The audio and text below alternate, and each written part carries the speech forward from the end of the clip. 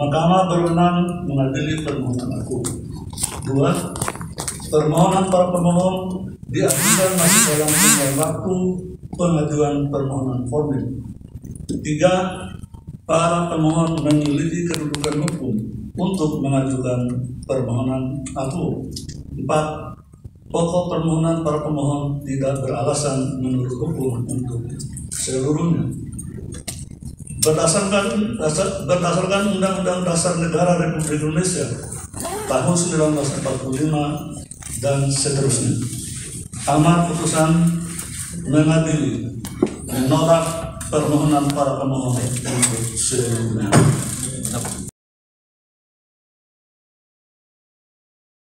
Ya, jelas saya kira kami Aliansi Eksuta Buruh bahkan seluruh kaum buruh Indonesia dan rakyat kecewa dengan putusan ini. Ya, jelas-jelas ini adalah putusan yang merugikan rakyat dan merugikan kaum buruh.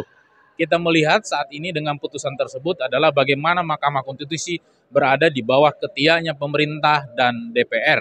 Ya, artinya jelas-jelas putusan ini adalah seperti pada putusan-putusan yang lalu, gitu ya. Untuk itu, kawan-kawan telah bersepakat bahwa tentu dengan putusan yang merugikan ini adalah tidak akan pernah berhenti, tidak akan selesai dengan rasa kecewa, tapi akan memperhebat perlawanan. Yakinkan itu, kawan-kawan sudah yakin bahwa sekarang nyata perjuangan kita melalui proses hukum, ya, yang sudah menjadi persekongkolan tidak memberikan pihak kita, berarti hanya satu jalan yang akan bisa menyelesaikan ini adalah perlawanan gerakan rakyat, gerakan kaum buruh. Salah satunya mungkin kita juga akan melakukan pendudukan gedung DPR, mengontrol, mungkin bisa mengepung istana negara, ya, oleh kekuatan rakyat. Karena itulah saya kira cara satu-satunya yang bisa menghentikan tentang bagaimana Undang-Undang Nomor 6 tahun 2023 ini adalah tidak berlaku di kalangan rakyat. Dan jelas-jelas saya kira di ASB selain itu juga menyerukan, bahkan kita meminta nyata-nyata, pertama saya kira dengan putusan ini jelas Pak, tidak ada gunanya fakultas hukum di Indonesia ini, para profesor-profesor itu tidak ada gunanya, lebih baik dibubarkan. Kedua, kita saya kira juga menuntut tentu supaya lebih adil, ya, menghilangkan polemik, karena rakyat tidak akan pernah berhenti, kaum buruh tidak akan pernah berhenti melakukan perlawanan. Maka saya kira salah satu jalannya adalah harus dilakukan referendum dengan melibatkan seluruh rakyat, apakah setuju atau tidak bahwa undang-undang ini ada atau harus dicabut atau dibatalkan, tidak sesuai dengan Undang-Undang Dasar 45. Fakta-faktanya sudah sangat jelas. Itu saja saya kira. Terima kasih. Bang, pertanyaan saya gini, Ya. kan untuk bisa menduduki DPR, Ya. nggak hanya elemen buruh aja yang bisa melakukan. Apakah nanti akan koordinasi dengan elemen-elemen yang lain? Sudah pasti Pak. Ya. Bahkan Aliansi Eksuta Buruh punya resolusi. Kita akan bertemu dengan tokoh-tokoh masyarakat, dengan berbagai pimpinan organisasi rakyat, terutama adalah yang selama ini menolak tentang Omnibus Law, tidak setuju dengan Omnibus Law, bahkan kecewa dengan berbagai macam kebijakan rejim Jokowi.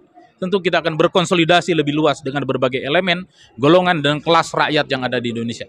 Oke, mungkin Bu Sunati menambahkan. Ya, terima kasih. Bismillahirrahmanirrahim. Assalamualaikum warahmatullahi wabarakatuh. Saya jadi mendengar dan melihat dari pagi situasi yang ada di sekitaran MK, HI, dan yang lain-lain. Saya jadi kecewa yang tadinya mempunyai harapan terhadap 9 hakim yang ada di MK ini. Harapan adalah kenapa? Teman-teman aliansi ini berharap bahwa hakim ini menjadi wakil Tuhan. Ternyata tidak juga gitu. Dan dia juga tidak malu-malu menjilat ludahnya kembali. Tapi dia memutuskan tanpa dia memikirkan nasib rakyat Indonesia. Tadi sudah dijelaskan secara keseluruhan bahwa apa yang hari ini kita lihat, apa yang kita dengarkan, ini menjadi semangat perlawanan rakyat Indonesia. Kenapa? Banyak contoh persoalan-persoalan tentang Omnibus Law ini. Kasus Rempang, kasus Lampung, Sulawesi, Banten, Jawa Barat, Kanjuruhan, itu juga menghilangkan nyawa banyak. Tapi hari ini 9 hakim MK maupun Presiden Republik Indonesia hanya mementingkan kepentingannya. Bahwa hari ini apa yang kita tuntut, apa yang kita sampaikan kepada MK, bahwa itu tidak beralasan.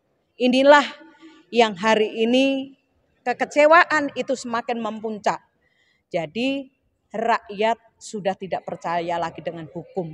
Tadi juga disampaikan, apa gunanya universitas, apa gunanya pemimpin-pemimpin yang pintar, yang gelarnya tidak bisa juga kita baca. Tapi ternyata hatinya sudah mati rasa. Karena dia tidak pernah memikirkan nasib rakyat. Maka jangan salahkan rakyat.